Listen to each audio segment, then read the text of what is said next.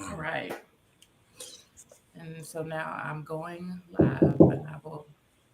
Uh-oh. Who's knocking? You. Well, I was knocking on the thing. Okay. Hey, we live. Tell your mom. All right. Go to the.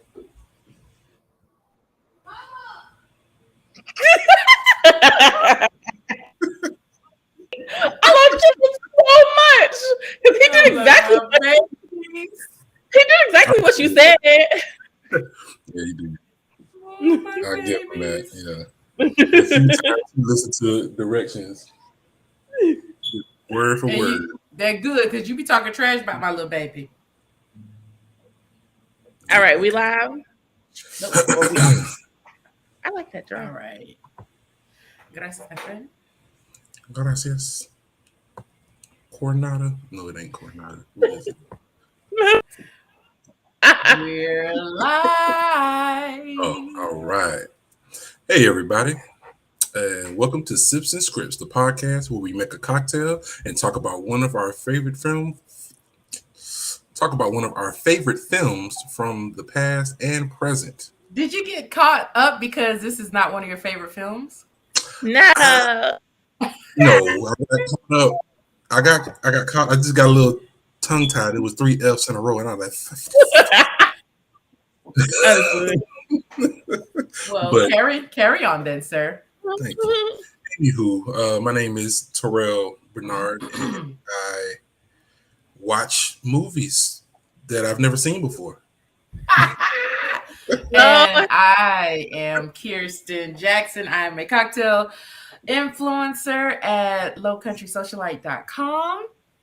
And I'm Kayla Rose, and I'm an entertainment blogger at inmytheater.com. Welcome to a new edition of Sips and Scripts. Some people just be so excited when it be their week. You know, they just don't know how to act. They just start cutting up real bad. A little. Just a little. And they just be awful. Today we're talking about such a wonderful movie with a star who just is so wonderful, who just had a baby. So excited. And that was such a coincidence. Such a coincidence. Did not know that was happening when I picked this movie, because I picked this movie like last year sometime. And we just found out she was having a child, which was Keke Palmer. We're talking about Angela Bassett? Not Angela Bassett. Oh, okay. Angela. Oh. You said a star, so I was like, oh, Angela Bassett. Yeah, for sure. Definitely. Okay, we don't allow no Keke hate over here. Okay, because Keke is a star and has been for a very long time. You just don't know. 11. And BP, she was the star of that show on Nickelodeon. You're not gonna do Keke like that. She was a star. What now on MTV? True Jackson VP. What? No, wait. Was that? Yeah, True Jackson VP. She was. That was after my time. Anywho, we're talking about Akeelah and the Bee, a 2006, and I am gonna say hood classic. Honestly, truly, I'm saying hood classic because when this movie came out, it was the hood was rallying for this movie, okay? And they had hood in the movie, and it's a classic. So I am being controversial, and I'm saying it's a hood classic, okay? Yeah, because everybody know after this movie, people were signing up for the Skrill spelling bee left and right. The hood was like, we are spelling words, y'all. Mm-hmm. And then y'all didn't hear about the little girl who made this movie come true. Yeah, the little black girl who they was like, it's a real life Akeelah in the Bee. Is that the one who bounces the basketballs? Yes. No, maybe. I don't know. This just happened like recently, like in the last couple of years. Mm-hmm. Yeah, it's this black girl. Yeah, she's like really good at spelling, but she can also dribble the hell out of a basketball. I was like, yes. Wow. So I'm going with hood classic. Crenshaw, 11-year-old genius, and then the hood in the movie rallied behind her. I'm saying hood classic.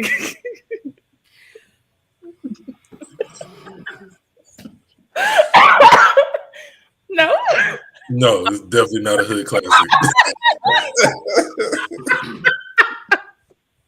It, I it mean, you really tried it. You tried it. I And really did. Kayla, I listen, in your mind's eye, I want you to go back with me, okay? Um, do you just picture it. Do you think that people be like, you know what, I'm gonna watch the hood classic today, and I got to choose between like Boys in the Hood or Akeelah and the Bee. the hood gonna be like, man, turn off that John Singleton and put on that Akeelah and the Bee. Is we going with the hood or the Bee? I mean, which one? I guarantee you that the hood would definitely, hands down, pick any other black movie over Akeelah and the Bee. Mhm. Even though this movie I enjoyed it thoroughly, and my I family did as well. Okay, because you did say, while we were just in our pre-discussions, you were like, my wife is not looking forward to seeing it. So did she enjoy it? Yes, she did. She What turned was it? she turned the tables. I was like, okay, you like So it was it? a pleasant surprise. Yes, I love it. because I wasn't looking forward to watching it either. So I'm just the glad. Was this her first time watching it too? So everybody's first time. Oh, Well, let's talk about our history with the film. Kayla, I don't even, no, not you right now, because you too pumped. You too pumped. Classic though. No, Kayla, let it go. Let it, Kayla. Okay. I will let it go. I will let it go. What is this? An American? Matter of fact, I want you to go to the hood today with some bootleg DVDs of Akeelah and the Bee and see how many people buying them. Like, I'm selling How many people? classics. No, don't sell it. Just see how many people will actually take it from you. Like, I'm giving away Akeelah and the Bee. Everybody, classic. come and get your hood classic, Akeelah and the Bee. Yeah, Kayla, and report back. That's your homework. Okay, I got you. Yeah, go down Old National and Oh man! Oh yeah, do that. Go down Old National and give away Akeelah and the Bee DVDs. Fix your face before you go. Okay. We love you. Oh my goodness. Terrell, what's your history with this movie? He watched it yesterday. Yeah, that's basically my history with it. I had heard of it, but it wasn't something that I was like I cared about. Because it's about a spelling bee. But once I watched it, I was thoroughly entertained. Thoroughly. Until the end. Then I was pissed. We'll get there. For me, I had never seen it before either, and it was always one of those movies that is just like there. I was like, I'll probably watch it at some point, because it'll be on TV, but it wasn't, and I don't watch a lot of just like random TV, so maybe it is, but I don't. But The I Hood do. was watching. You should have The seen Hood. it. Oh yeah. Got together, they had a special screening. You should have been there. I wasn't in the hood that day and I missed it. Sorry. So, but I do remember like a lot of buzz. Get it? See what I did there? Buzz around it. And Okay, that's enough. That's enough from you. no, I remember I remember like everybody talking about what a great performance Keke Palmer did, and this was like, her catapult into stardom, like she just did an amazing job. She's going places. And so I do remember that. It still did not prompt me to want to see this film, but all praise. That was like, oh, they praise enough. She gonna be the next one, okay? And then you just go on, keep living your life. You're like, I mean, the content just the content just did not appeal to me. It's about a spelling bee, and so, but I will say that when I did, watch it for our, to prepare the episode, I was pleasantly surprised. It is it is entertaining. It kept my attention, and I enjoyed it, and I feel like it's one of those films that you're just supposed to watch and it just makes you just feel good about things, and just it's just a heartwarming film and you can just put it on when you don't want to watch something too complex and you just want to feel good. Yes. Yeah. I agree. Kayla, you want to tell us your history or have you calmed your nerves? I was on the set with Akeelah and me. Not the bees. Support all the bees, okay? Anywho, growing up, I don't know what really made this like a really good film for I really I thought it was really cool to see a smart Black girl on TV and spelling, and she was and yeah, it was just very heartwarming, and I watched it a ton growing up. It's probably my first time, but yeah, I think I watched it when it first came out, probably too. Wow. Did it come out in the movie theaters? Because I don't even know. Yeah, come on now. It had Angela Bassett and Laurence Fishburne. They not doing just no rating, especially not early 2000s. They not doing no. Which I was kind of surprised at that casting, but okay. Dang. That's how you feel. Mama, her sister was the girl from Lincoln Heights, and she's very typecasted in that role. Her brother, her older brother, I'm not quite sure, but her younger brother was a wire, so typecasted into a very good role as well. I will not go down the older brother, rest in peace, was Jet Jackson. So I'm pretty sure you don't know who that is, but the older brother, he's passed away. But he had his own show back in the. So yeah, like the casting was really, really good because Angela Bassett can always play down somebody's mama, and her and Keke Palmer is like, I don't know what's the word when they work well together. They really work well together to me, like as a mother and daughter duo. Or and Laurence Fishburne being an asshole. Yeah, that sounds just about. Why? I don't think he was being an asshole. Kayla, can you try going out and coming back in because you're glitching pretty badly? Okay.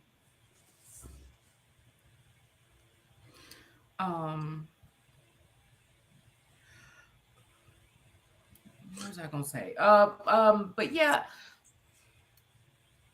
this film teeters very closely into after school special. So for them to cast them stars, it was like very weird. Okay, I see what you're saying. But I think the reason that they jumped into this was because I think it's because of the message. I mean, it is giving after school special vibes on ABC or Saturday morning. Late afternoon, early afternoon special. But I think it was all about the message they were trying to get out there, which I think they need to have more movies like that. Oh yeah, absolutely. I totally agree with the message. Surprised that these stars signed on for it, but and I'm because the budget was really, really slim. Oh yeah, much better. Oh well, what I was gone was that this film like really goes into like after school special territory. Them to have like these big stars signed on for that, it was just a little weird. Like the subject as opposed to like the cast. But the budget was so small, I guess you can kind of tell that they took like a really small salary in order to bring this message. Mm-hmm.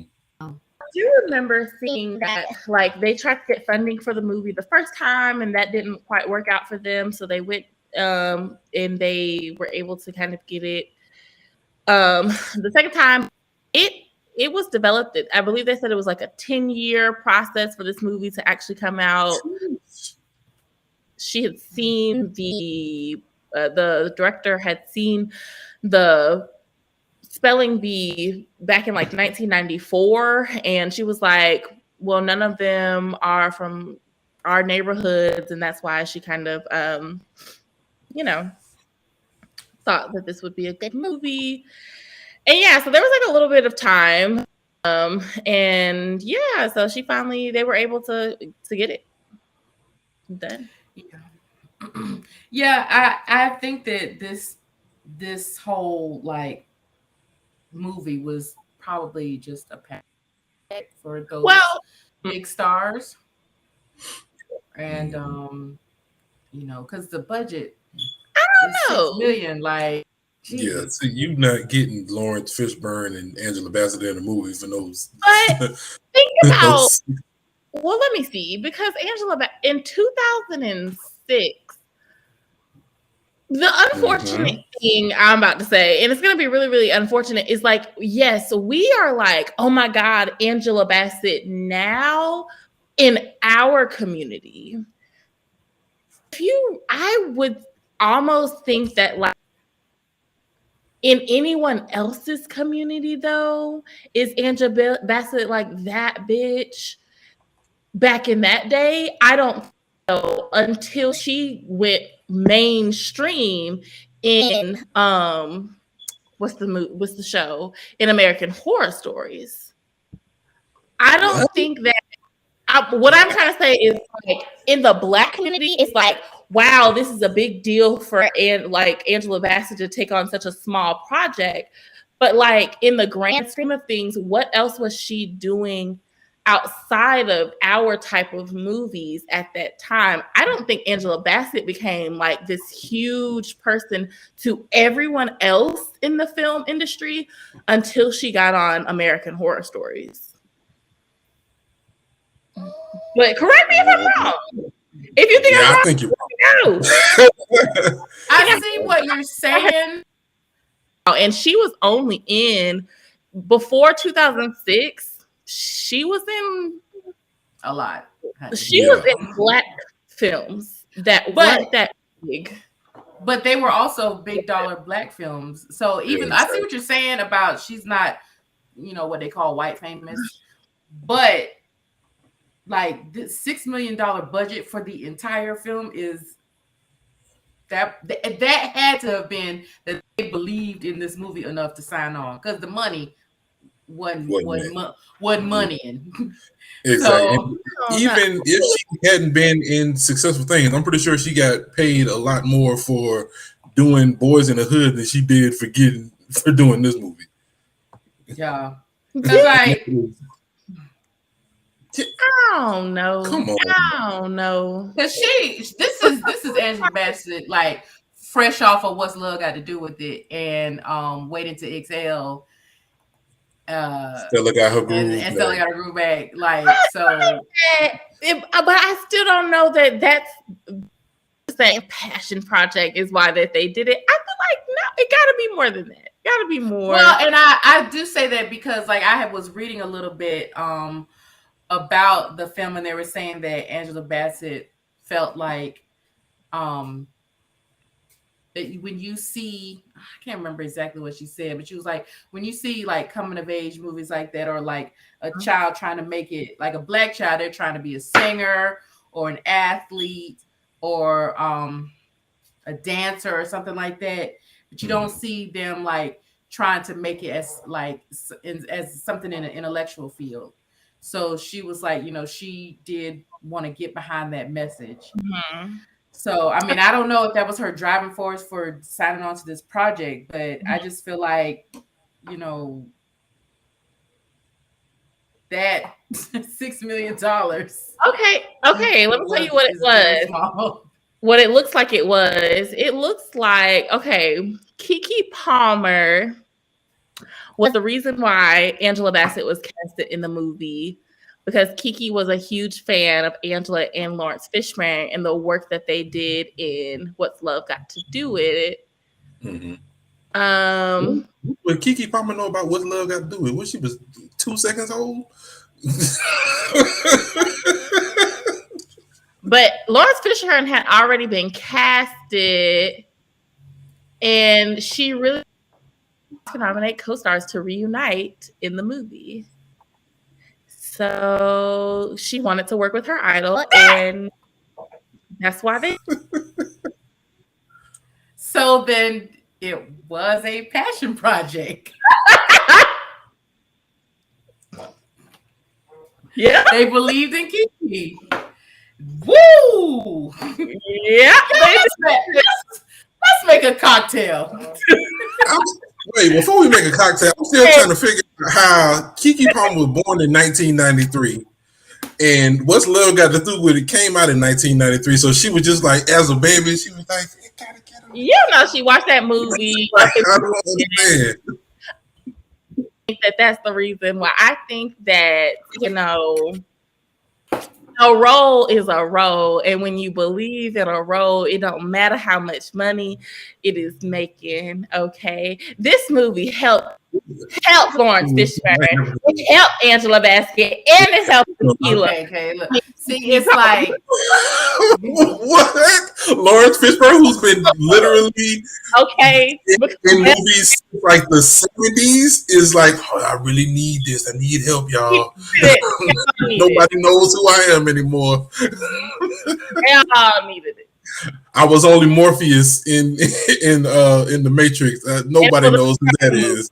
The Matrix is terrible. Kayla.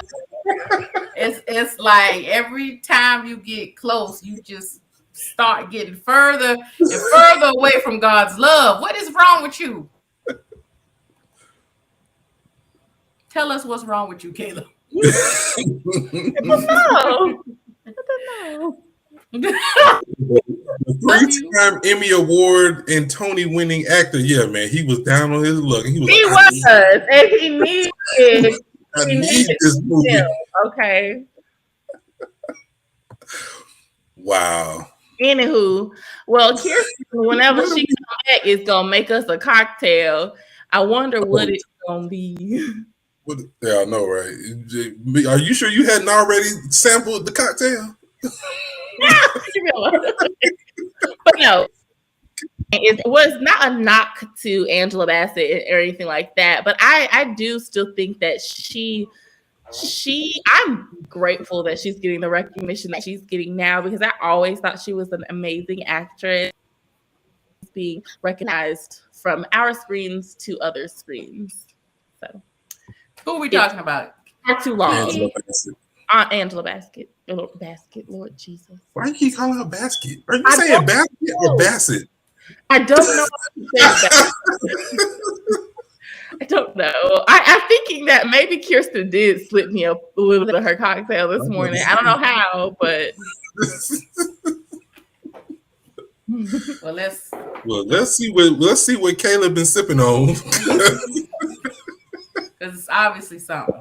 Gonna have to cut her off.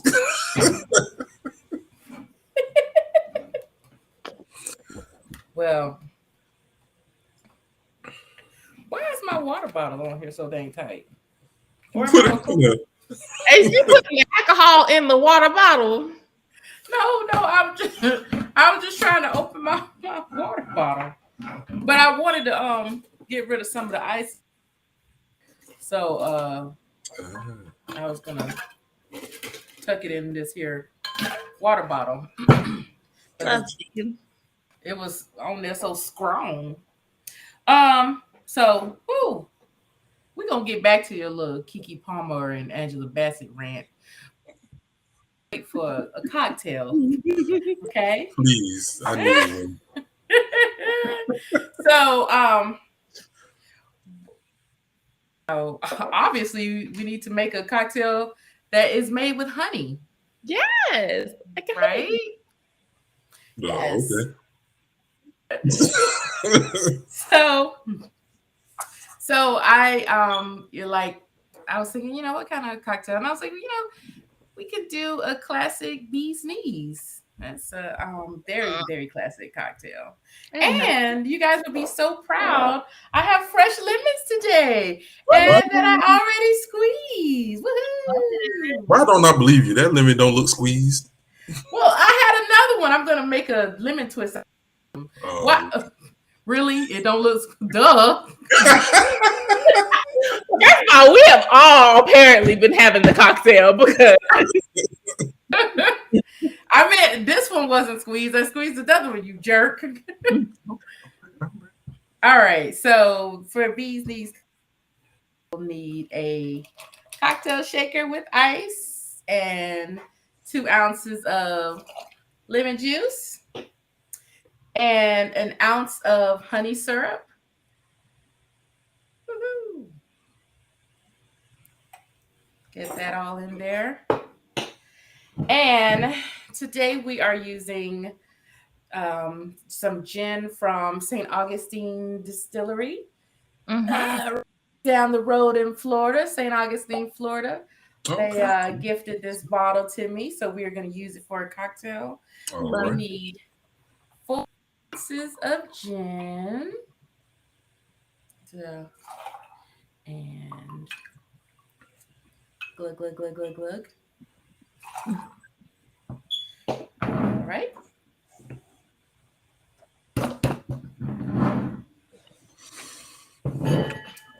And put our top on and give it a shake.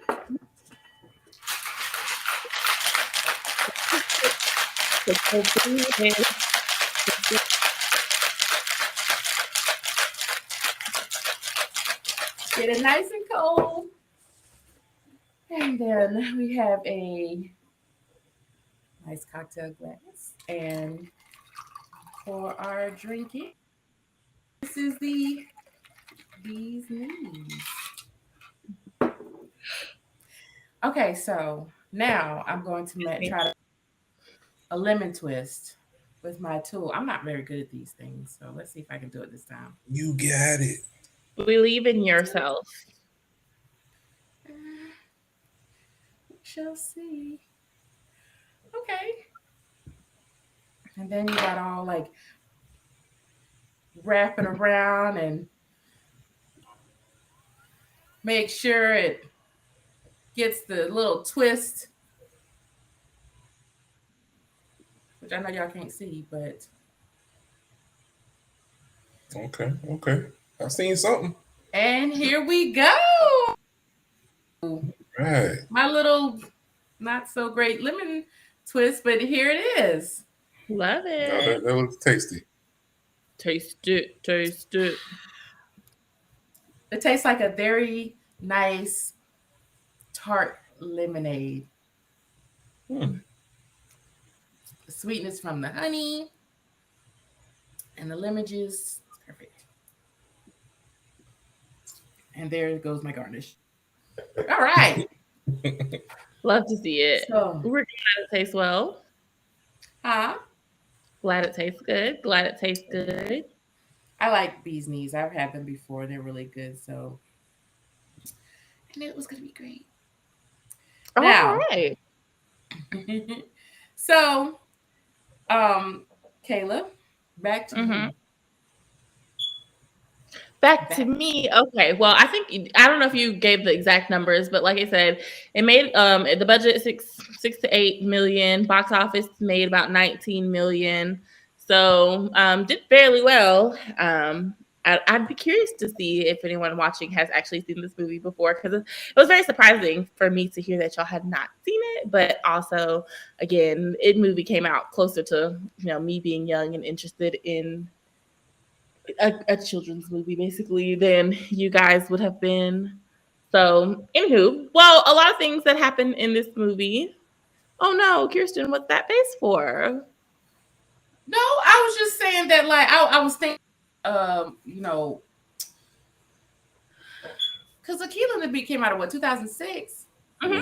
So yeah, I guess that would be closer to your age, and you would be more interested in a coming of age story. And but I was even I still watch a lot of like children's, I guess children's stuff, because Oh, I do. I'm a Absolutely. crazy Harry Potter fan, but like it's not so much that like I'm not a Keke fan or I didn't think this movie would be good. It's that whole spelling bee thing just did not appeal to me. Yeah. Well, also think about this. I was 11. She was the same age as me. I was in school. So like a movie about a spelling bee versus I don't know what you guys were doing in 2006, but you guys were probably either in high school or have just graduated or something of that nature. So watching a movie about a spelling bee for you guys is like whatever. Like I'm not in school, or if I am in school, I'm way past spelling bee school stuff. So why would that appeal to you? So I get it. It's cool. I thought that this is one of those Black movies that everyone would have seen uh, for reasons I mentioned prior to this at the beginning of this call, but that's okay.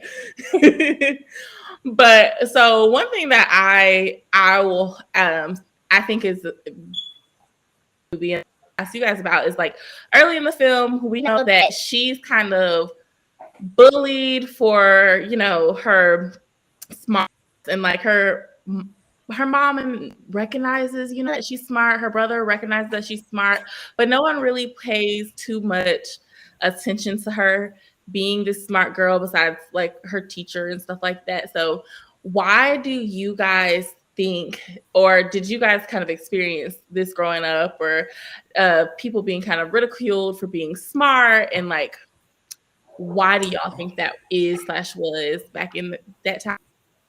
I'm about to say that is Taylor's oldest school.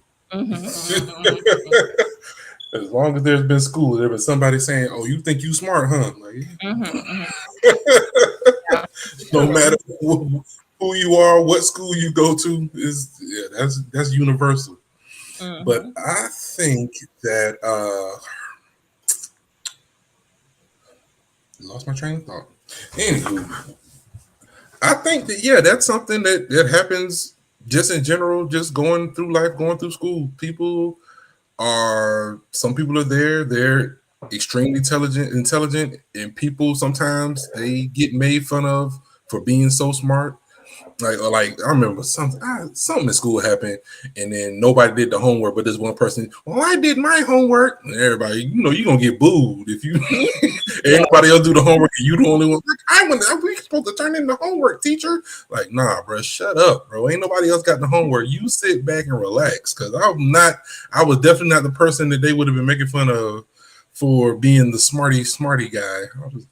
I was average, sometimes below average. So I made it through. That's what I will say about my school upbringing. But I didn't go out of my way to talk bad about people who were smart. I thought that was amazing.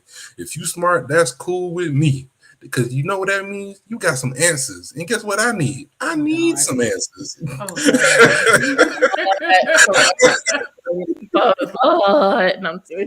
Appreciate it. Well, I think that and this is actually, something that I was going to ask you guys or ask you guys about, but I think that one thing that this well is show that there are two sides to every coin. Like Terrell said, that whole like bullying people because they're smart is a tale as old as time, but it is not always the case. And I feel like this movie did a really good job of showing that, sometimes you will get bullied because you're smart or because you stand out for whatever reason. But, around I guess about the second part of the movie, we see like the neighborhood like really rally behind her. And like this one spelling bee like transformed this neighborhood. And we always get like Black people always get saddled with the trope that, oh, we're tearing each other down, we're bringing each other down. But like people who had no interest in a spelling bee ever in life were rallying behind her. The mailman, the local drug dealer, like the store, the shopkeeper, like all of these people were really rallying behind her. And I feel like, yeah, I have experienced or seen where people are bullied for being a whatever, but more often I have seen people celebrating like Black children's wins more so, because like we, and Terrell can attest to this because we grew up together, but we always celebrated like graduation, like they were doing church services for the graduates. They celebrated the mothers, like all of the, like they celebrated the teenagers, like when they did things. And like it would be nothing for your whole like family to hear about, oh, you got accepted to college, like all of those wins and stuff were really celebrated. I mean, you might hear like a little joke every now and then, but more personal experience was that like wins were celebrated. And I felt like this movie did a really good job of saying, even though we don't understand what you're doing, we can tell that you are doing something big and that will be impactful for our community, and we're going to get behind you. And I just thought that was a really good display of that. I would agree. I definitely always, I think we talked about this in one of our previous episodes of like, do we still think that level of camaraderie is there in neighborhoods and things like that? And I definitely, when it comes to the children and like, I think we're talking about it in a different context, more of like, do we all support, making sure this child is raised up in the right way? And if you doing something bad, we're going to tell your mama and vice versa. But I definitely think that we see a lot more in today's days of like when a child is doing something exceptionally well, we make sure we try to praise them and rally behind them and do whatever we can. And I love that about us, because we always, we're going to be there for our children. We're going to be there as much as we can. So we got a comment that said, being smart was only cool for me when we got pulled out of class to do special stuff. Man, yes, class is the best. Like that was really all about it. Well, tell me all about it. Listen, no, but listen, I only got pulled out of the office.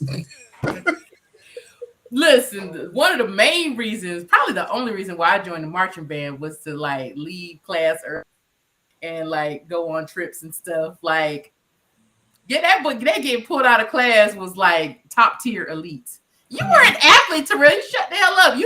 You left class early for being an athlete. They ain't pulled me out to be like, about to do something special just for you.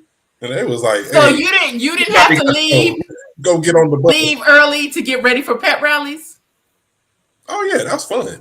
Thank you. It wasn't because I was a stellar. It was because I was a stellar academic person who was just killing the game with all the schoolwork. I was like, I'm playing basketball. Come watch us play basketball. This is fun for me. Okay, yeah, you weren't pulled out for intellects, but you were pulled out for a reason. Like me in the marching band, I was pulled out for that.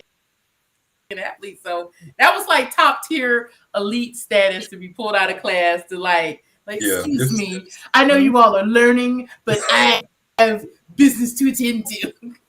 Yeah, so, I did have business to attend to. Like, yeah, we got to catch the bus. Got to get out of here. See you later, teach. Middle school was my peak intellect years. I would go and do Read Across America with the school next door. And that was like, I have no idea.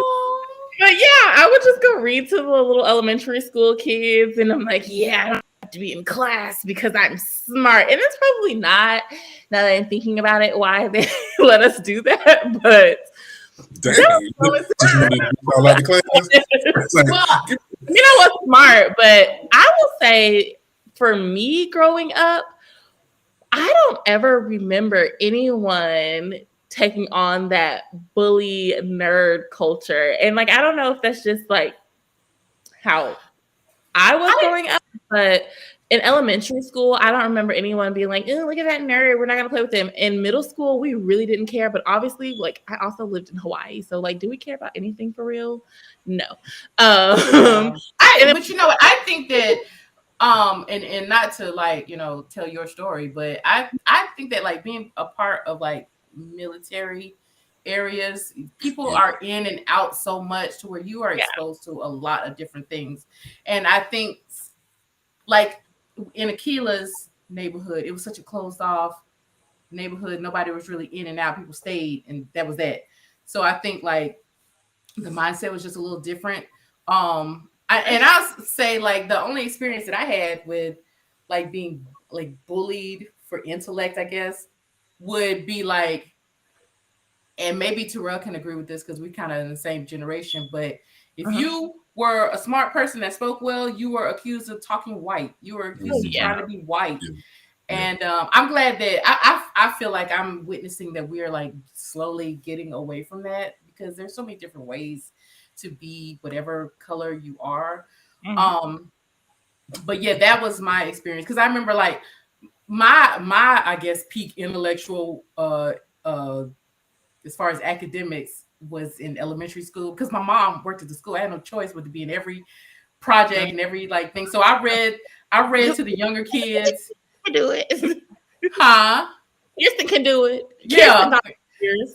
Yeah, she want to be a part of it. She want to do it. Like, so I would be pulled out of class, to do things, and like I participated in accelerated reader and like all of those different projects and stuff like that.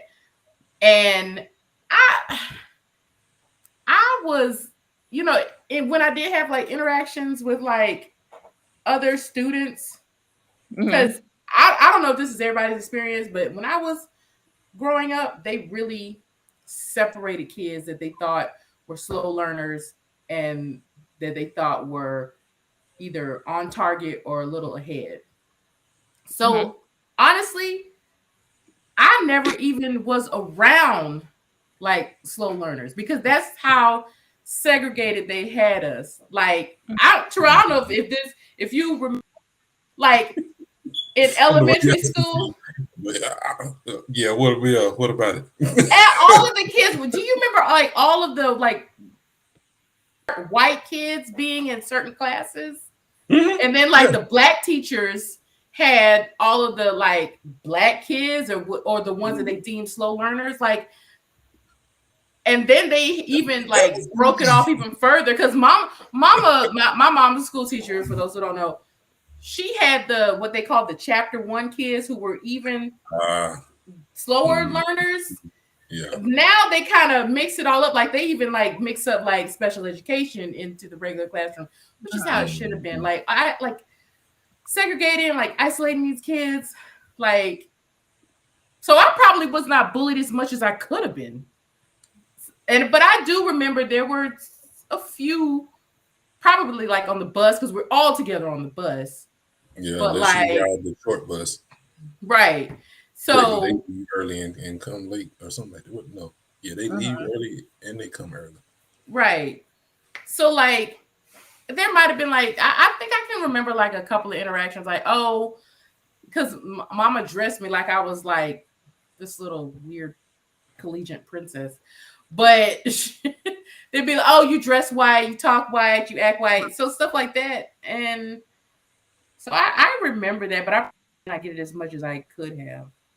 Yeah. I mean, I remember people saying that, but the people who were saying it were also doing it. So it was all kind of like mismatched, Yeah. mismatched energy. Because I'm like, not you trying to say that I'm talking white and you talk just like me. My voice is just a little higher than yours, bitch. So yeah. But no, I think you're right. So I think your point is definitely right. Being around military kids for literally all of my life might have swayed a different um whatever the yeah. word I'm trying to say for me. Yeah. But yeah. Well, let's see. Uh I was gonna ask something else. Sorry, my phone was buzzing. But was there any part of the film that you guys like really disliked? Yes. Oh, Terrell, you want to To answer how that? the You end. you answer and then I'll answer. he And talk real. The end made me very angry. I thought they was gonna go a whole nother way. I was so pissed. I was like, "Do not do what I think y'all about to do, and just let the Chinese dude win just because his dad is hard on him." Like, bro, nobody care about that, bro. Nobody cares if your dad is mean to you. Look, she got the whole hood back there that she trying to uplift, and you trying to uplift this one little boy who getting yelled at by his daddy that you keep creeping on. She was being real creepy. Like, why are you everywhere? And that boy is getting talked to by his daddy, and you just creeping around the corner, looking in the stalls and stuff. Like, what you doing? hey. So that part was I hated that part of the movie, even though they made it right. Even though I think they didn't make it right. Somebody should have won. I need a winner. I don't need no co-champs. I need dubs. Somebody sounds just like his daddy. You sound just like what was it? Dylan Chew. Yeah, Whatever. you sound like Mr. Chew. I'm just saying, if you want to end the movie off right, let somebody be the winner. Don't you be like, in the end, everyone wins. Once you spell all the words, like, nah, bro. Go find a dictionary and go pull up some more words. I do agree with what you're saying. I feel like instead of like they could have really had, especially since this, to my disappointment, was not based on a true story. Did y'all know that this movie was not based on a true story? Yeah. I guess I just assumed. I never thought. I'm tired of. I'm so tired of true stories that it don't even matter no more. I take all movies as fiction. Ain't none of them true. Terrell is still a little sore. True story foolishness. It just be lying. Say, the movie, even though the winner, I thought she did end up winning at the end, but maybe not. It takes away that winning is not the only thing that you should look for in. Yeah, because think about this. Like, sure, they could have had a winner. They could have had one, but that's not the only objective. Yes, it was. They literally went there to win. Don't nobody fly a bunch of people to DC just to be like, but we participated. Like, nah, bro, we trying to win. They're more important than winning. No, there's not. And listen, man, I was like, I really had to talk myself down and be like, okay, Akeelah is a kid, because I was really furious with her like throwing that spelling bee. And I get she was trying to be supportive of this kid that's being berated, but you know what? Listen, call CPS and then move on. Call CPS. I'm glad that they didn't let it happen. I'm glad that they didn't just end the movie there. I'm glad that he also was like, no, I want a fair competition. I don't care about what my daddy's saying. No, you are like my rival, and we're gonna go tit for tat until we can't go tit for tat anymore. And I like that. That's how they didn't decide to just end it there. But they could have kept going, bro. It's words. You can always come up with more words. It's a spelling bee. It's not something where you like, we use the very last word that they ever. That movie was already 2 hours long. No, y'all ain't spelling no more words. Give everybody a trophy. Let's go home. Yeah. Hell no. That movie was. I was like, Jesus Christ, this movie is long. It was long. I didn't know it was that long, but it didn't feel that long. It didn't feel long. It was entertaining. It was enjoyable. Yeah. But I was like, no, if they spell more words, I'm gonna scream. So, But listen, I just feel like it was like participation trophy style, like, and I was like, Akeelah, you got the whole hood rallying behind you, and you just gonna throw it because this bad daddy yelling at him. Girl, is you crazy? But again, she ain't never seen nobody get yelled at before. She had just got lambasted. Thank you. Ain't nobody There you go. Because her mama show just laid into her. Like, so this ain't nothing new for you. That was a regular Tuesday. So you should have been, man, Dylan. After under my arm, I'd be, man, Dylan, that was real fucked up. I saw your daddy, man. I just want to offer my, I know, right? Because I know you're going to get it when you get home. Because that's how I felt. Why do you guys think she felt the need to do that? I don't know. And that was the reason why. Like, why did she? It didn't make any sense. That didn't make no sense. Think about it deeper, guys, because people do this all the time. Where you're like, people, not me. Have you ever done something like put yourself to the side for somebody else? Like, think about that. And why do you do that? What do you mean? Give me an example. Okay, so not off the top of my head, Jesus. Okay, so I don't know. Think about if you're moving or whatever, and you winning an award after moving. If there's an award for moving, I really have been getting like sick at work or something like that. Have you ever had like a project and someone else comes to do something because they really, really need help? They're underwater and they just need like help with this one thing. Have you ever like lay whatever you're doing down to help that person? Sort of something like that. Yeah. I mean, yeah, but like at the end of the day, it wasn't no. I might put my work to the side, but I don't toss my work into the incinerator. I know, right? She worked really, really hard to get to that level, and it just was about to chuck it all away. Like, oh well, I can win it next year. Like, you ever had plans to do something, and someone I don't know who really needed your help with something, and so you forgoed your plan to go help them because they need help? Was there a trophy involved in this? You talking about stuff that just like being a good friend. They weren't friends.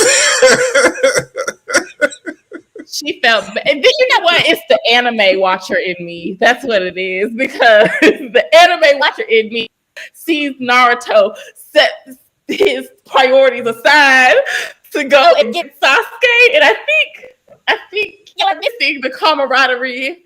And no, I think you're missing what you're like setting aside. Keke she was like, I'll come back next year. Like, because you have the entire life. And and like murder him for not winning this damn spelling bee. And she was like, I always have next year. And I know it's not the mindset you're supposed to have, but I understand why she would have thought that as an 11-year-old child. 27-year-old, my ass can recognize, don't do that shit. But as an 11-year-old, I can understand why she was making that choice. As I try to win everything, anytime, at all times, no matter what I was playing. We could be playing Tiddlywinks, Uno, Connect Four. It don't matter what it is. I'm trying to destroy you. Not trying to win. I grew up with Terrell. I can attest to that. He did always try to destroy me. He never let me win. That's just the type of asshole that he is. And yeah. You can ask my son right now. He thinks he can beat me in basketball. I don't play basketball anymore.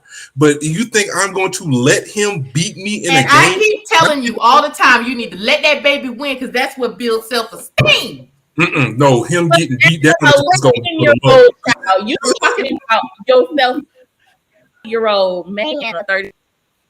You are, but I'm assuming as an 11, you do not have you don't always have the same level of selfishness. I don't know if you want to call it selfishness, but that you do. So if me as an 11-year-old, if I knew that a friend on another team was getting every time they lost a basketball game, my ass would not about throwing a basketball game so that you don't get your ass beat. As an 11-year-old, as a 27-year-old, my brain is like, bitch, go tell somebody that you're getting your ass beat every time you fuck up in a basketball game. That's all I'm saying. No, and okay, I hear what you're saying. I understand what you're saying, but I also think that it is the complete opposite. I feel like as an 11-year-old, I would not have the wherewithal to be like, oh, if I throw this spelling bee, that will help him. My first thought would be like, because Akeelah started feeling the pressure even before she left to go to DC. Like the whole hood was behind her. Her mama finally got on board. Her best friend, like, so my thing would have been like, I can't lose. I can't lose. They spent so much money. They got me an outfit. Like they flew me to DC. I can't lose. I'm really sorry about kid. I'm gonna do my best. Matter of fact, my thing would be like, I'm gonna tell my mom and hopefully she'll help this kid. Or like I'm gonna tell my teacher or something. But throwing the bee wouldn't have even been a thought for me. Like, I don't see that as that. I see she didn't really know. So she knew that the boy's daddy was like messing with him at the birthday. Didn't know the extent until she got to DC to throw it. So, but she didn't even have a conversation with him to even see how he felt about how his dad was treating him. She just was out creeping, and she was like, emotion. We got the comment. See, to me, the difference is that in a competition, I'm playing to win, and now in life, I don't mind stepping to the side to let a friend shine. Yeah, I feel like what Akeelah did is that's exactly what Akeelah did was a very mature thing, and I felt like that an adult would do. They would while all of that intense competition is going on, an adult could put together that, oh, if I do this, that will help this opponent. But a child is like, I'm here to win. I got the whole world behind me. They didn't put me on news. I can't just lose. I don't know. So, this is not the child I was. I would say that. I mean, and maybe some children are deep like that. I get it. Yeah. I will admit I was not a deep thinker as a child. No. So definitely not. I'm here to kick ass and take names. Yeah. or my ass is gonna be kicked and my name's gonna be taken. Exactly. So got another comment. As a serial board game winner in my friend group, sometimes I just gotta lose or people won't want to play anymore. Oh. And I like to shut them down. I'm in it. And that's true. Look, any board game, it don't matter what it is. Of the group team. So even if I'm not that good. We was given a bone. And see, I'm not competitive like that. So even with me not being competitive like that, I still would not throw a game just to. And besides, I didn't get that his dad was beating him. I just feel like his dad was like berating him a lot. Yeah, his dad was extremely intense. Where's the line though? You know, after a certain point. But that's just me. Really? Well, let me take myself out the question. I just man, that was yelling like that and berating like that ain't too far from getting your ass beat. So I'll tell you what, I can bring somebody in here right now that would rather have me yell than for me to put hands on him. He would take all day twice on Sunday. Fair enough. Fair enough. Well, talking of and things of that nature. So I know one part of the film where Akeelah was kind of like, I don't really want to do this anymore. It's too much pressure. It's hard. Her mama talks about how she kind of dropped out of the school because she felt like she wasn't, and like she felt out of place, and changed the entire trajectory of her life because of that. And like, to me, how often do you guys feel like you let fear and the fear of failure and things like that talk you out of doing what you want to do? And how do you kind of like get over that? Or do you get over that? Good question. And then deep therapy on a Sunday afternoon. Oh, Lord. Mercy, Lord. Well, Terrell, you want to take that? Sure. Yeah, there's some things that I have been hesitant to try due to not wanting to fail. Like I got this degree in IT, but I'm not working in that field whatsoever.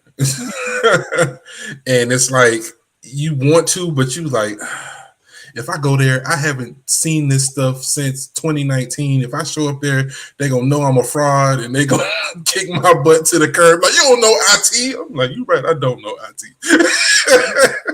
So it's like wanting to do something in that career field and wanting to get certifications and stuff like that.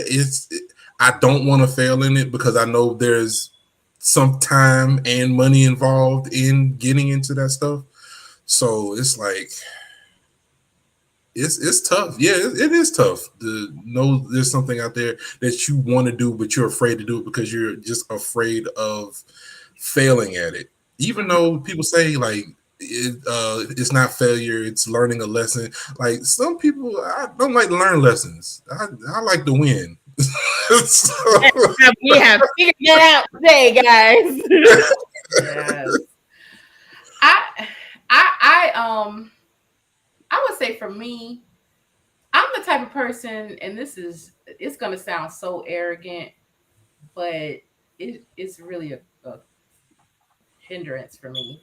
But like, if I try something new, if I don't excel at it the first time, I'll be like, shit, I guess it ain't for me.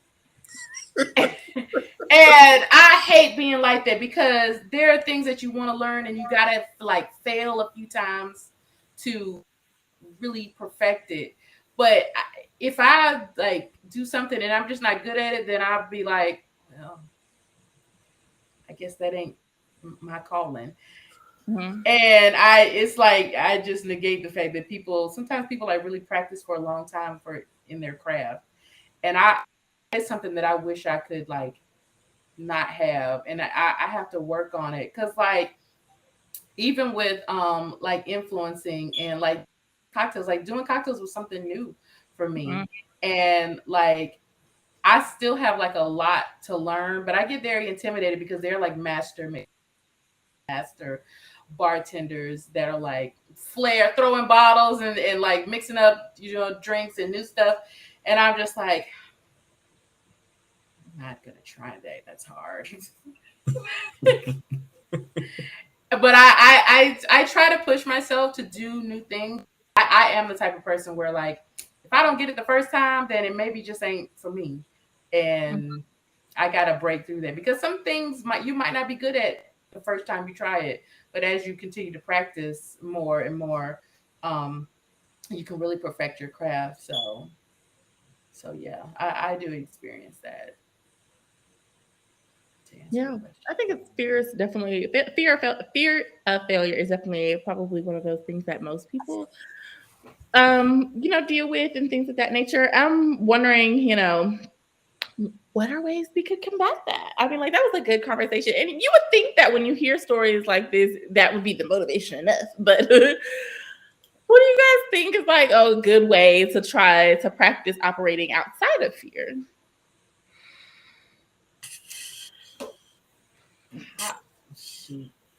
I don't know. I know for me, it's like removing external like intimidation. So like, like I said before, I watch a lot of bartenders and mixologists on like Instagram. But sometimes I have to turn that off and be like, okay, Yeah. you're doing.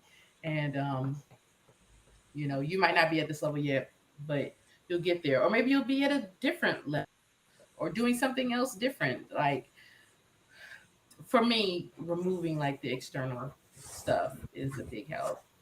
It's one of the things that I do. Um, and then just like also when it comes to other things, like other things that I want to do and like fear kind of gets in the way, I do this thing which I call in my mind like worst case scenario. Like if I think, oh, this so I don't want to do this, and then I think, okay, let me sit here and just go through if the worst happens, what will I do?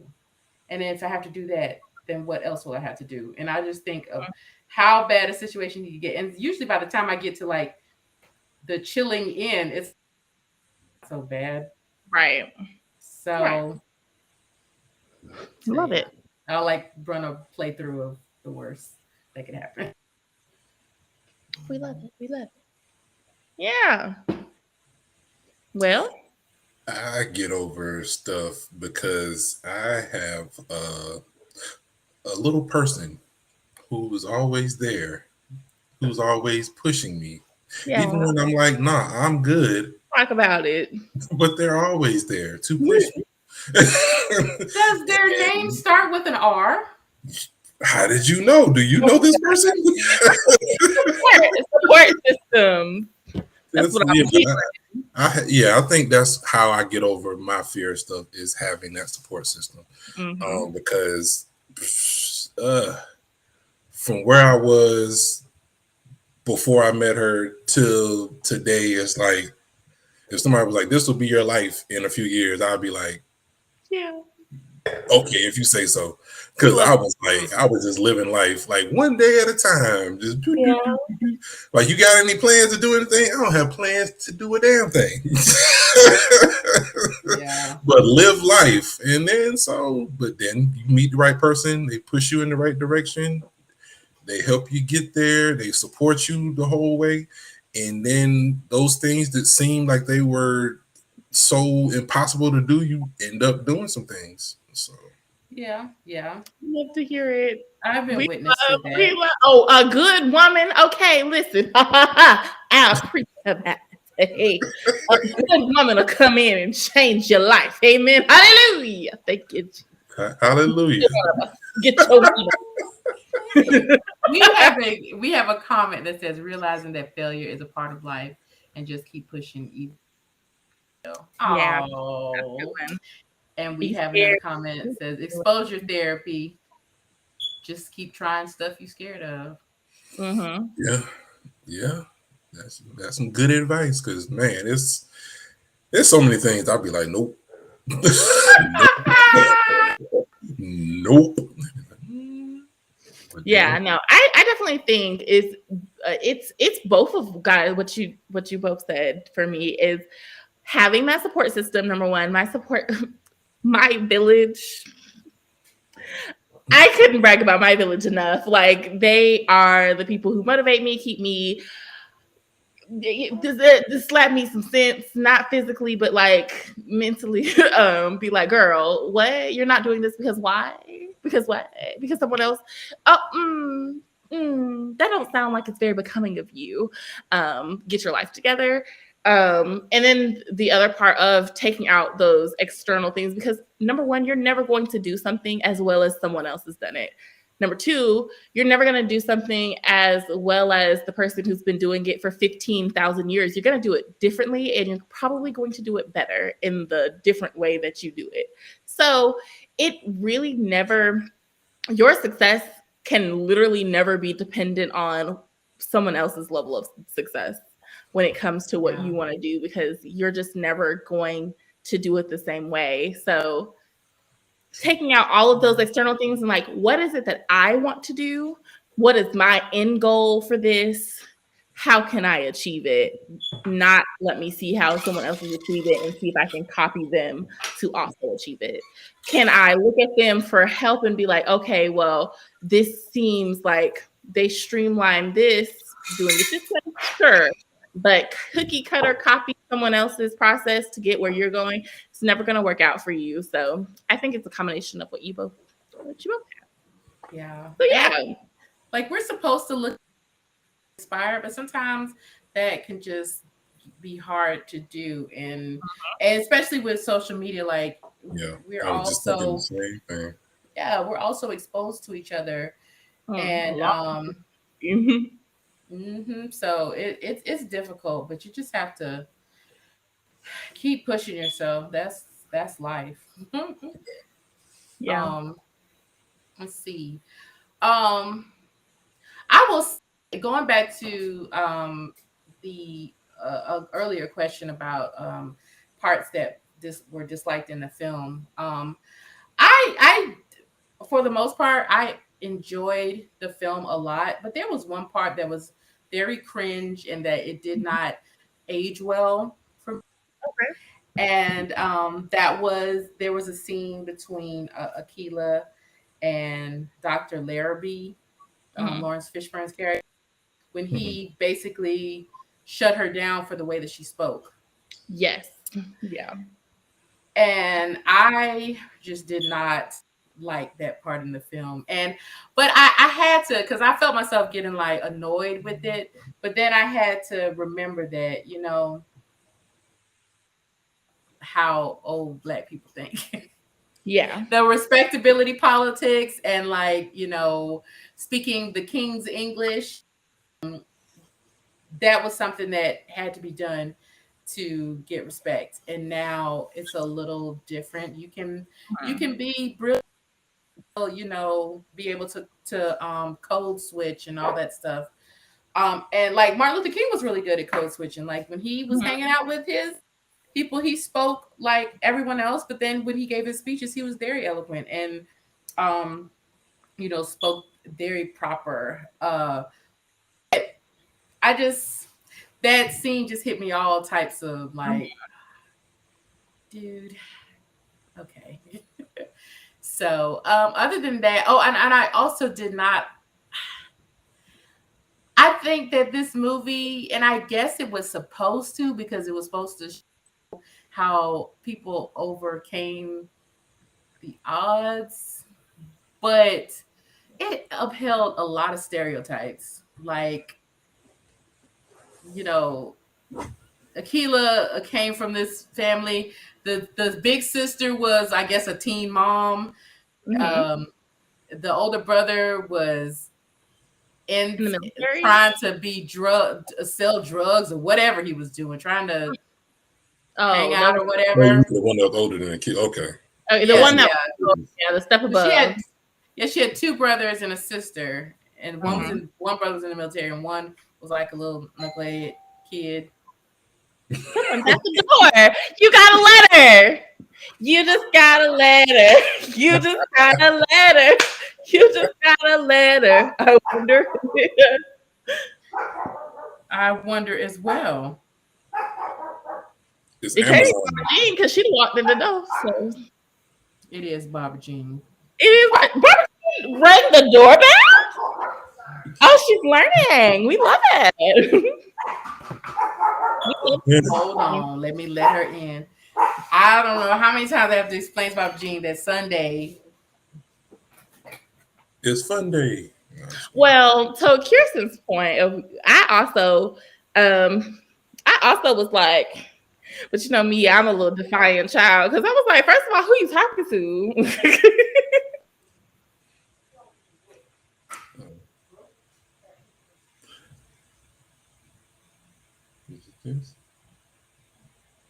But I understand where he was trying to say is like you are about to go into this spelling bee and like the kids you're going to be around do not speak like you, but that to me is my whole of like, well then let me be myself, not because other kids need to be represented in this platform and me speaking proper English or not speaking that ghetto talk, as he said, it's not necessarily going to get me further in a spelling bee, because the spelling is what's in the spelling bee. So, But I yeah. think he was more talking about, I guess, like the decorum, because like how she asked like what y'all talking about? What's this? What the definition is? Like, But that still doesn't take away from her. Oh yeah, of course. Professional. No, but it also, I don't know. Hey, Barbara Jean. Hey. But yeah, I get I get the point he was trying to make in saying you need to come from this higher standard of talking and things of that nature to be in these spaces. But I also just caution people when they do that, because you instill in a child that the way that they are is not okay. Yeah, I see where that's coming from, but then I'm also like, in certain places there is a certain decorum, there's a certain way to speak, there's a certain way. If you go to court, what up, judge, what we doing in here today? You know what I'm saying? I'm just being me. Judge is gonna be like, no, you're not gonna be you today. You're gonna be respectful of this court. It's a very, very fine line to walk, and I think you have to do it delicately. I think that he could have gotten his point across in a different way of like, hey, because the way he came at her was very aggressive. It was very aggressive for someone that they just met. And then some people, that's just how that's just how he is. So he should change the way he is to accommodate her. Now, I would say yes, because that is a grown ass man talking to an 11-year-old child. So yes, even if that is the way that you talk, you definitely need to do. Now, if you was talking with another adult and was like, "Don't be bringing that ghetto shit up in here talking to me," then yeah. But as an 11-year-old, he could have done a better approach. What are we talking about? I'm sorry. Barbara Jean just... I don't know. What are we talking about, Terrell? No. Oh, we were talking about how Laurence Fishburne was speaking to Akeelah. Dr. Larabee was talking about her vernacular and how she was speaking when they first met, when she first went to his house for training. Oh, yeah. I thought he was a little harsh, not necessarily with that, but like, I was like, okay, they really pushing this 11-year-old around. And I remember when I was 11-year-old, like, you couldn't be like, meet me over here. Like, you had to arrange a ride for me and like pick me up, or either somebody was dropping me off. It wasn't no meet me in Woodland Hills. Like, it wasn't like, I thought that was kind of weird. And I was like, you know what? But city children are raised different, I guess. But I was like, at 11, ain't no way you meet me at my house every day. Without he lived like in another neighborhood. No, he lived in their neighborhood. He lived in their neighborhood. They lived in the same neighborhood. He specifically was like, he lives in this neighborhood, and she was like, oh, I thought he was somebody important. Yeah. So the Woodland Hills was when she went and met Javier at the study group. Yeah, no, but I'm saying, did he live in her neighborhood, or did he live? Yeah, he lived in her neighborhood. Another neighborhood. He lived in her neighborhood. Okay. So she could walk because she didn't say he lives in my neighborhood. She said he lives in this neighborhood. I thought he was important. Yeah, I mean this neighborhood in, means this our neighborhood in Compton. Okay. But even still, like, I couldn't see an 11-year-old bebopping over to some grown man house Bebopping over the True. That But was I a mean, little I feel weird. like her But mom knew-ish about what was going on, but she didn't know everything that was going on. Like, she might have thought they were meeting at the school and not at his house, I because guess. she never went to his house. So I don't know how much her mom knew about all this other stuff that was going on. But he couldn't have lived too close because they didn't know who he was. So they might have been in the same neighborhood, but definitely not on the same street or nothing. Right. I mean, yeah, neighborhoods big now. They be big. yeah. You could go Exactly. one block over and not know nobody. So it Right. don't But take much. so it was still some distance from her house. Like, I was like, this could have been a whole different movie. Oh Lord, no, it couldn't. This is a PG, Akeelah and the Bee. She was learning to spell words in the story. I'll be trying to take it somewhere it don't even need to go. But I brought it up to say, like, you know, for an 11-year-old, like, who kicks an 11-year-old out their house? Like, if you don't talk right, you get the hell out of here. It was like whatever he said, and he was like, leave now. I was like, God, no. You know what? I think so. We have a comment that says, "Isn't this the one where Kiki's mom had to tell Laurence Fishburne about himself in real life?" And I think if I'm not mistaken, there was like a small tip frizzy about Laurence Fishburne and Keke Palmer's actual mother getting into it about the way he talked to her on set. Really? Mm-hmm. Oh yeah, we have a comment say the mom went to his house to talk to him when he dropped her. Yeah, but that was way off into the film after he had been training her for months. I don't know, but yeah, but I guess moving on though. I think her mom has stopped production. Oh.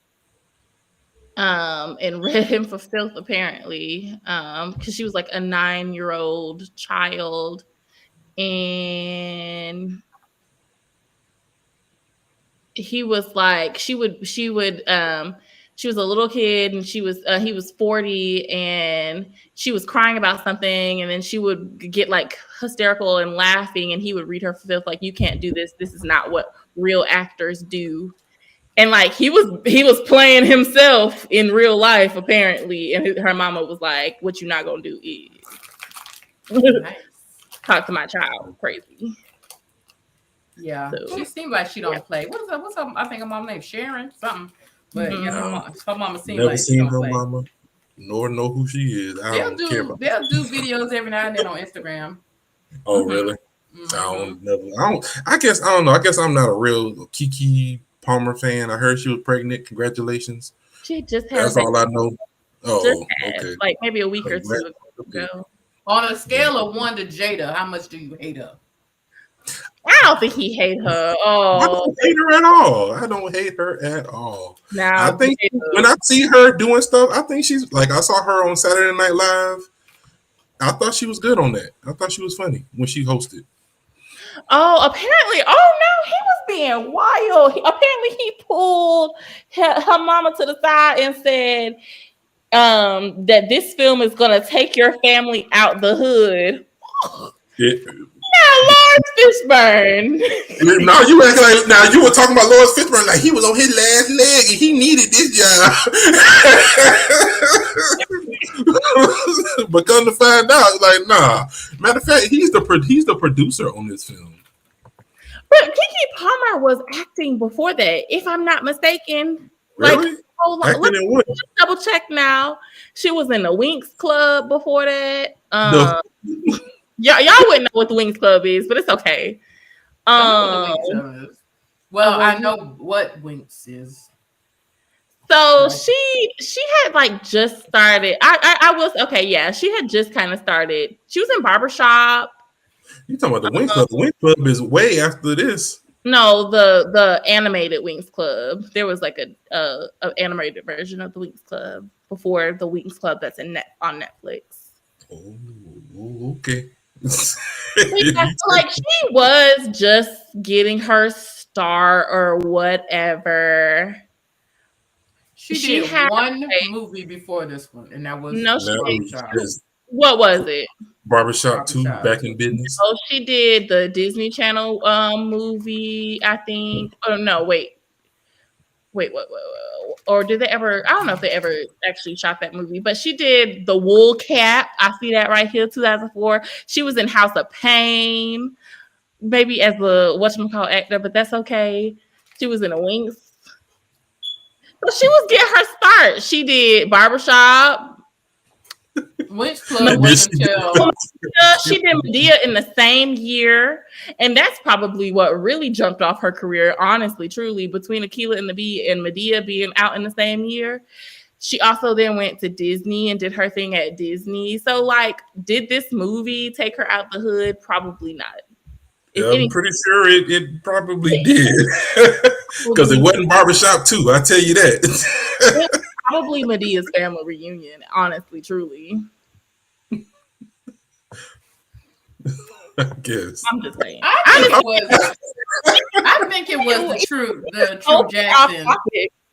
I don't think I think it was the true Jackson that did it for her.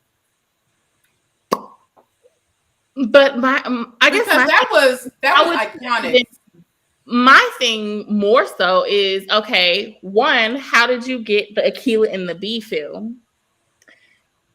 Well, no, because before that she was in Barbershop 2. So how did you get Barbershop 2? Had to jump started her career. I don't know how much she got paid to be in Barbershop 2. Jumpstart. I don't even remember her in Barbershop 2. Yeah, I mean, and then you move on to Akeelah and the Bee, and in the same year you're also in this Medea movie. So like, it really doesn't even matter. Like the what we're trying to say is like irrelevant to the point that was being made, which was that his Laurence Fishburne was being disrespectful throughout, on and off screen. Well, yeah, I don't. So the account say I wasn't there, so I'm not gonna just demonize him just because I read one report. But I see what you're saying. No. I'm just saying, I believe that in the way that he tried to tell her, there are better ways to talk to children about how they should change their vernacular in certain situations. But yeah. But I think as far as behind the scenes, I don't know that, but I feel like what I do know about Keke Palmer and seeing how she is, like how she is and how she's like very energetic. Mm-hmm. I think that she probably could be annoying on set. And the reason why I say that, abso-fucking-lutely, I would. and the reason why I say that is because she did a video. I think she was being interviewed by somebody. You know, she did a movie or something with Samuel L. Jackson, and he was like, let's play the quiet game, which is the quintessential game that adults play with kids and when they want them to shut the fuck up. So she was like, now that I'm older, I realized he probably just wanted me to shut up because I was talking a lot as a kid. And so I think like when you are an accomplished actor, I'm not giving any excuses, but I'm an accomplished actor and somebody's like, yeah, you got to come work with a kid. I can imagine that it would be annoying. Yeah. Because kids are like excited and you're trying to do your method acting thing. My issue is not with the fact that she was probably annoying. My issue is with how you address these things with children in the delivery method. That's all I'm saying. Yeah, no, I'm not making excuses for any of them because you shouldn't talk to anybody, child or pet, whatever, like you ain't got. But I'm just saying I can see where Keke might be annoying. Yeah, absolutely. I can see it. I just think that again, the approach is where you catch more flies with honey than you do with vinegar or whatever the fuck the saying is. Anyway. Well, did we have any other things? Because we're over time. Yeah. Nope, I'm good. Yeah. I think I don't have any. So, well, let's move on into happy hour. No. It's best worst weirdest. Yeah. Troy, you want to go first? Best, worst, weirdest? See, best part of this film was the story. I believe it was a pretty good story.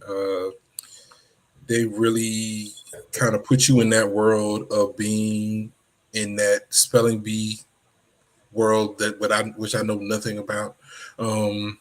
So I mean that was pretty cool. I enjoyed that part of the film. Them actually going from competition to competition, spelling how you do this and how you do that, and it seemed like it was pretty accurate. The worst part of the film was I did not like that. It seemed like Akeelah's mother didn't really have much time for her, but she wanted to be on top of everything. But like, you can't be on top of everything if you working and not knowing what's going on when you're not really trying to listen to what the girl had to say, because she had poor listening skills when it came to listening to what was going on with her child. She was like, you got to go to summer school, so you can't do this. But they was like, well, you can do this in lieu of summer school. And she was like, I don't care. Summer school is where you're going to be. And like, you're not even listening to this girl. This girl got a shot to actually do something important. It's something that will put her a lot further off than summer school in the course of her life. So I didn't like that part. That was probably the worst part of the film. And the weirdest part of the film was her creeping. She was creeping on them kids everywhere she went. She was creeping, catching all these little side conversations she ain't had no business catching, because it ain't none of your business. Sometimes you got to, if I see somebody talking and it ain't my business, I'm turning around, because I like to mind my own damn business. And she was all up. What they talking about in there? Even when Dr. Larry walked, what you doing? What you doing? You all right? You heard something juicy? What you creeping on these folks for? Is you done? Can we go back to the B? Because I think they waiting on you. You sitting there up in these folks' business when you need to be focusing on them words. Yeah. Okay. I totally agree with everything that you said. You idiot. And yeah, I'm the type too. Like, I think I am a fairly nosy person, but not that nosy. Like, if I run up on a conversation like that, I'd be, ooh, they talking in there, and go. Yeah, go on by my business. Like, ooh, I ask them about it later. Yeah. Like, what they were talking about. Yeah. So, but yeah, I would say the best part for me was, this was a very heartwarming film. I don't know if I would watch it again, but sorry, but I would not object to it again. I'll say that. But it like I said, or mentioned earlier, there were some parts that were done really well.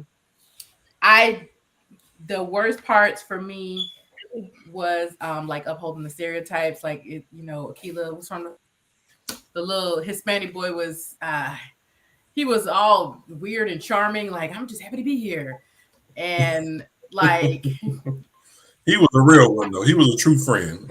He was a really great friend, but it's like, okay, he ain't got to be Rico Suave. He can be competitive too, but whatever. But like, I really hated the Asian representation, because it was like, okay, it is a highly circulated stereotype of like the whole tiger parents with Asian kids, and like they made the dad out to be this villain, but it was like,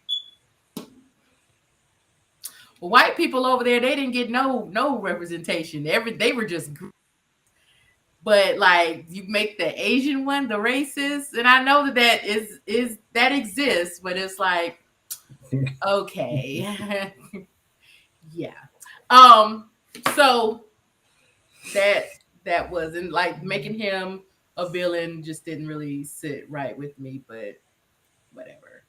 That was the worst part with me, with like the stereotypes. The weirdest, yeah, I would just say like this 11-year-old walking around town, like doing whatever, wherever. And I get that she did not have like a helicopter parent, but it's like,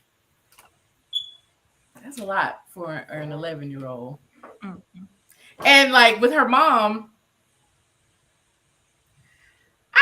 I don't know. It gave real like her mom was like the choir and the competition are out. That's the vibe that she was giving. Rita Mama. That was definitely Rita Mama. That would definitely read his mom. Mm-hmm. Yeah. So I was like, okay, we've seen this before, but all right. So, But but the thing I didn't understand was why she was so vehemently against it. Was it because she just didn't know about it, which is her reasoning for shutting the whole thing down? Like she came up in the spelling bee like, get my child off stage right now. I'm like, don't do this, please. I had that written down on my thing, on my list of notes on this, was that she was so busy and concerned with everything else that she didn't take the time to understand what was going on, and she didn't take the time to understand, how was this actually helping? Because if she had talked to the principal about the summer school stuff, and she would have found out that, okay, if she does this spelling bee stuff, we'll take care of the summer school stuff. But she didn't take the time to figure that out. She just got mad when she found out that Akeelah was doing it behind her back, or at least not even really behind her back, in her face. She just wasn't talking to her about it. So I also was just like, she really was upset because she didn't know what was going on, and she was like, felt like she was being. well, I actually kind of understood that scene. Like now, I don't think my mom would have went in there like, but. But she would have been mad, and she would have been mad at them, because it did seem like they just took Akeelah and was like, "Oh, we're gonna just do whatever." But it was really Akeelah was lying to her.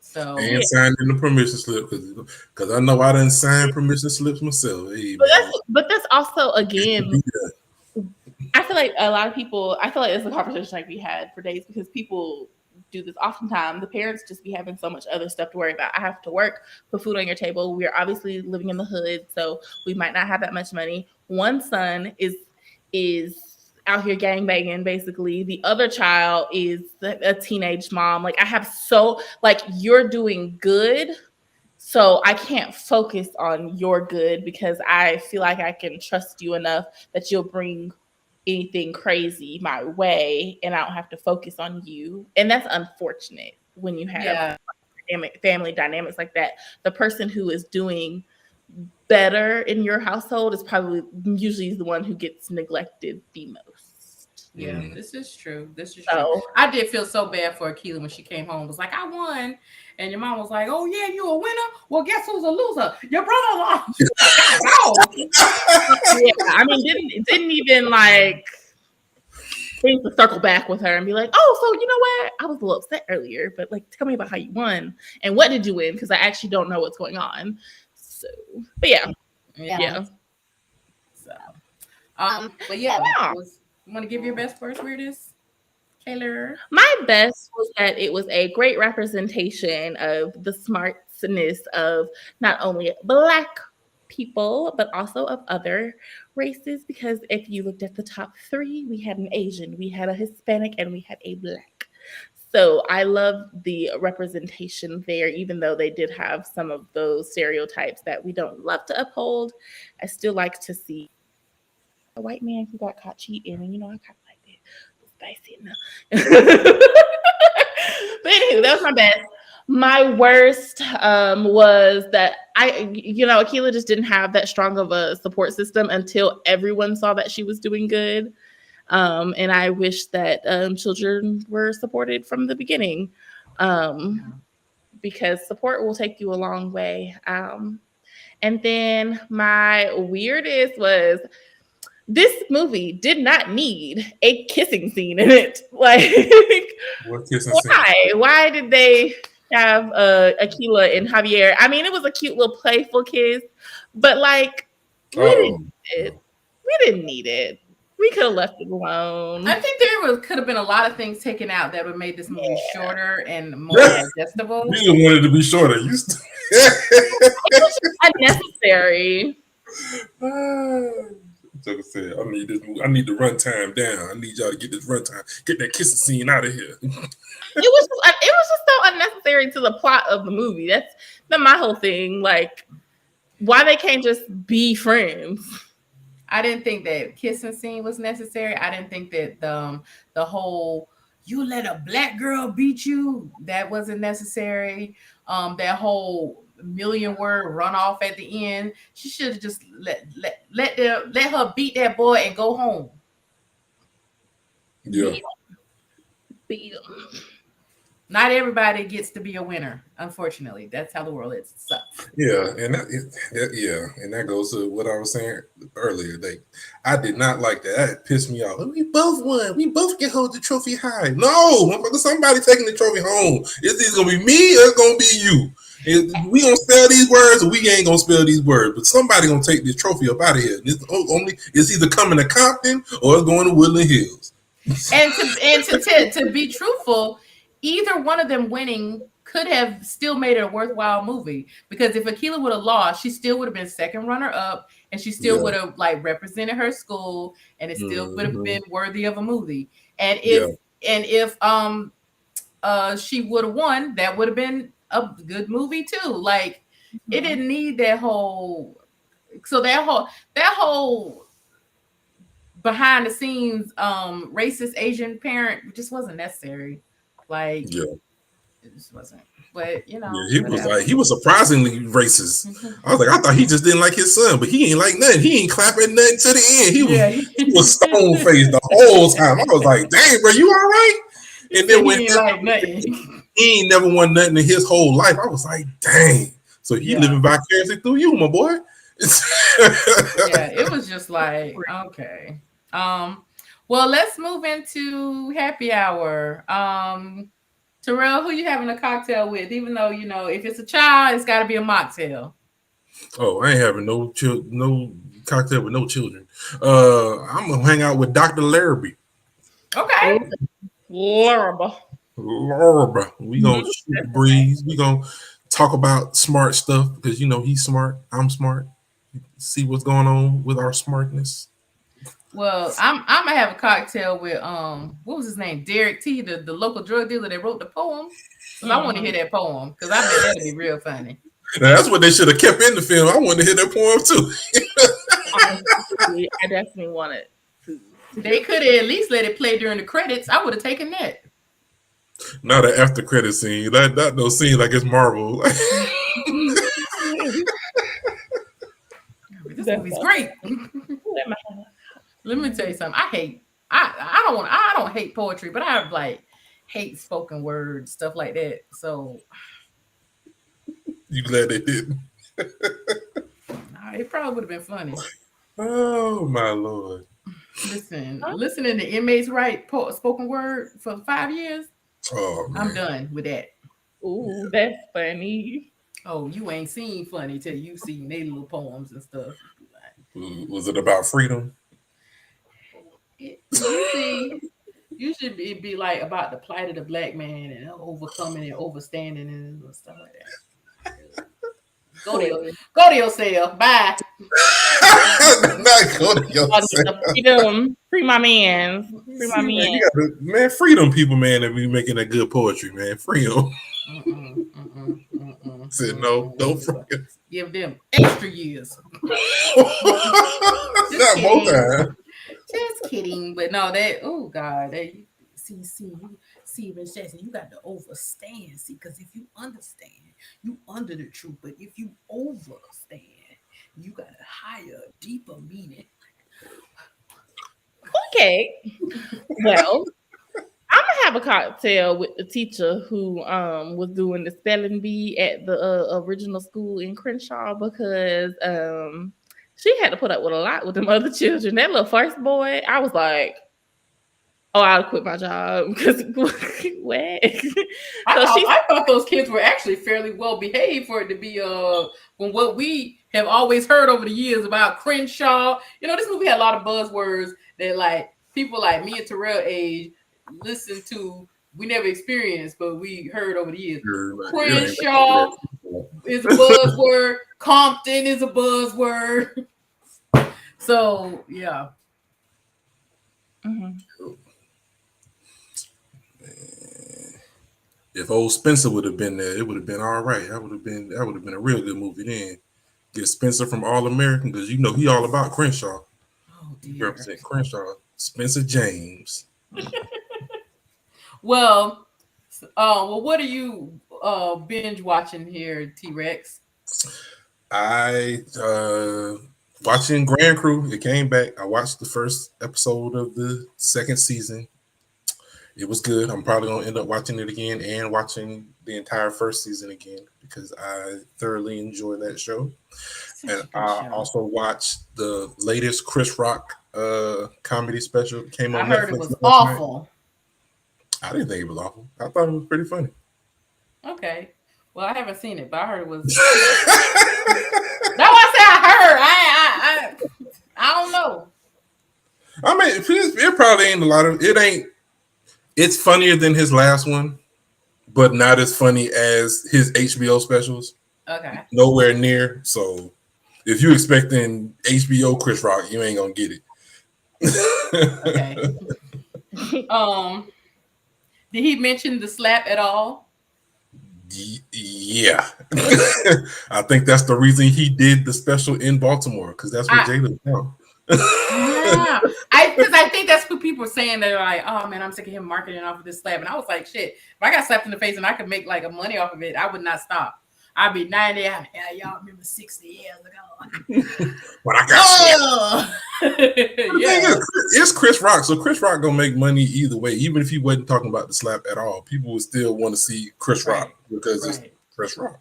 It's interesting because I saw apparently Marlon Wayans did a comedy special in the views of the slap or something like that, like from the viewpoint of the. And I was just like, well, now why are you trying to capitalize off of it? I don't understand. Oh, wow. It was very interesting.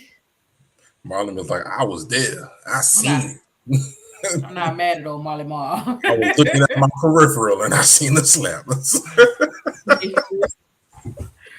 I am watching. I just finished season 2 of Ghost. It's the cutest little show. I love it. And I watched a movie on Netflix. People have been talking about. I was like, let me see what people are talking about. The Strays. Have y'all watched it? No, never even heard of it.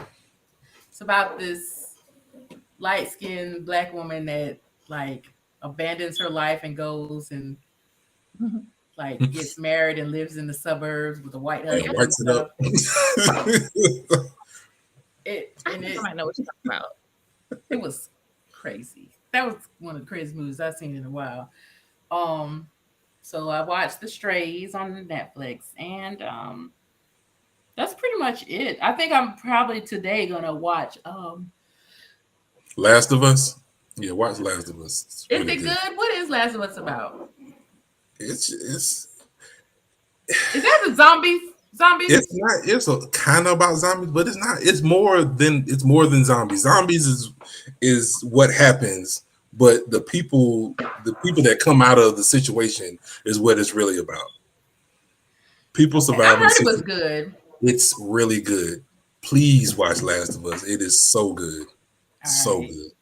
Well, I'm gonna watch the last season of Handmaid's Tale because I'm overdue on that.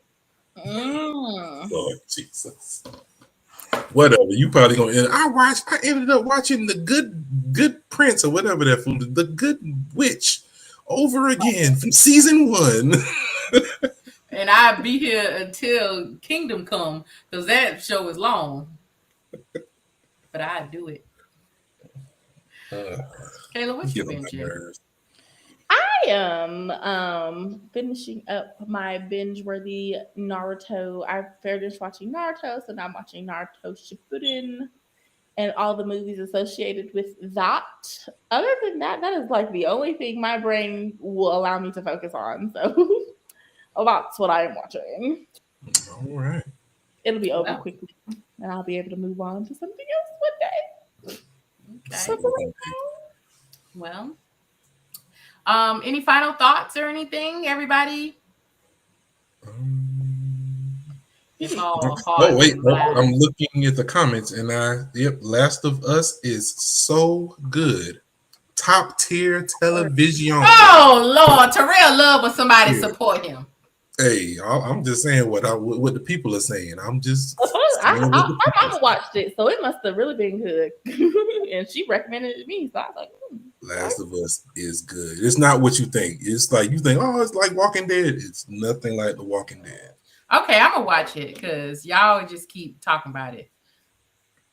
It's rich story. It's story building. I started We Have a Ghost, so I'm gonna finish that today. That movie with the black people in it. Yeah. My best friend said that movie was terrible. I seen. I believe it. I saw something on TikTok. People on TikTok were showing it. I saw it, and I was like, "This is an interesting little movie. I might check it out." I'm gonna watch it because I like that this family is like really black. What's really black? For the niggas, strictly for the niggas. like okay. So usually when there's like heartfelt little lighthearted movies, it'd be like the script be like just like regular, and they just like stick a black family in there. But it feel like the script is very black because like when the ghosts come, the they like what the fuck, like they just like like they acting. I hate to say this, but they're acting like they're acting black. They're black people. And and usually like on a Disney movie where it just happens to be a black family, and they're like, oh my god, but they're still like saying like interchangeable. Gee Willikers, it's a ghost, mom. Like, oh, okay. Yeah, and every now and then they might throw a little black quip in there, like or something like that. But it'd be like, that's what's up. Like, oh man, what is going on? Right. Like the script could be like, oh, okay, either a black person or a white person, but this script is definitely like black. Okay. At least a part of the first 30 minutes that I saw, because I only watched 30 minutes and now took a nap. That is bad. That is a telltale sign. Have y'all watched the new House Party? It's on HBO. I have not watched it, and I probably will watch it because reasons. Not any good reasons, but reasons. You so loyal to the first film that you just gonna watch it just cause. We should add the list. And then I'm gonna have to rinse out my palate by watching the original. Clean my eyelids. I heard somebody was saying that the best House Party movies were the first and the third one, and I was so offended because my favorite is the second one. The first and the third one. That's what I heard. I can't remember who it was, but they were talking. I was like, the first and the third. I think I was listening to a podcast. Might have been Framed for Second. Wow. First and second was those were the two. Those were the best. It didn't get no better. It only went downhill from after the second one. After the Pajama Jammy Jam, that was it. That Pajama Jammy Jam was just epic. Like I would love to go to a party like that right now, and I don't even be feeling parties like that. Like exactly. I don't even go to parties, but I go to that party. I go to that one. Now that was what's up. But, all right, man. Let's get on out of here. Yeah, well, carry us out, T-Rex. All right.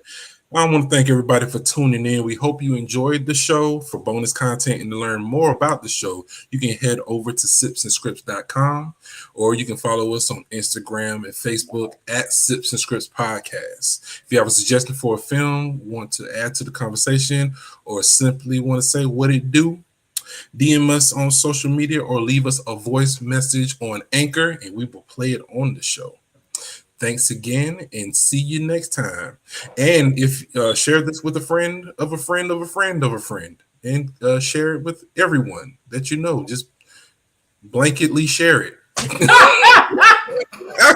It doesn't matter.